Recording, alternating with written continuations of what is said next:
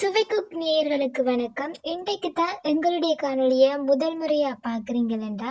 இந்த காணொளியை முழுமையா பார்த்து உங்களுக்கு பிடிச்சிருந்தா லைக் பண்ணி சப்ஸ்கிரைப் பண்ணி எங்களுக்கு உங்களுடைய ஆதரவை தாங்க.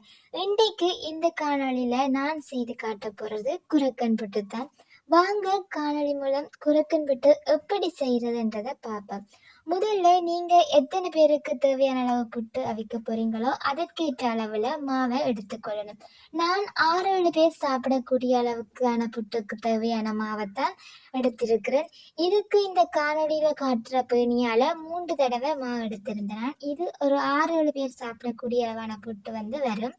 குரக்கன்மா பார்த்தீங்கன்னா நாங்கள் குரக்கனை வீட்டிலேயே கழுவி அரைச்சி எடுத்த தான் இது. நீங்கள் தேவையண்டா கடையிலேயும் குரக்கன் மாவை வாங்கி கொள்ளலாம்.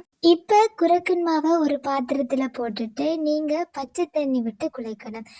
கோதுமை மாப்புட்டு அரிசி மாப்புட்டுக்கெல்லாம் பார்த்தீங்கன்னா சுடு தண்ணியால் தான் குழைக்கிறது. ஆனால் குரக்கன் மாப்புட்டுக்கு அப்படி கிடையாது. பச்சை தண்ணி விட்டு நீங்கள் குழைக்கலாம்.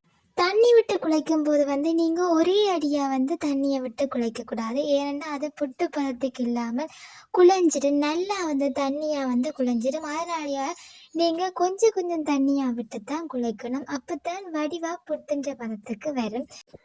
இப்போ இந்த குளிச்ச மாவோட கொஞ்சம் தேங்காய்ப்பு போட்டு கலந்து விடணும்.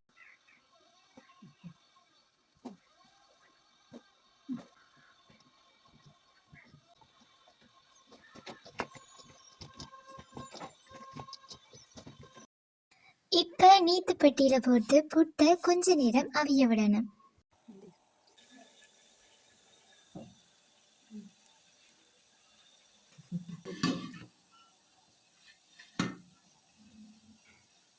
அவிச்ச இந்த குரக்கன் புட்டோட தேங்காய்ப்பு, சீனி, வாழைப்பழம் சேர்த்து சாப்பிட்டால் குரக்கன் புட்டு வேற லெவல்ல இருக்கும்.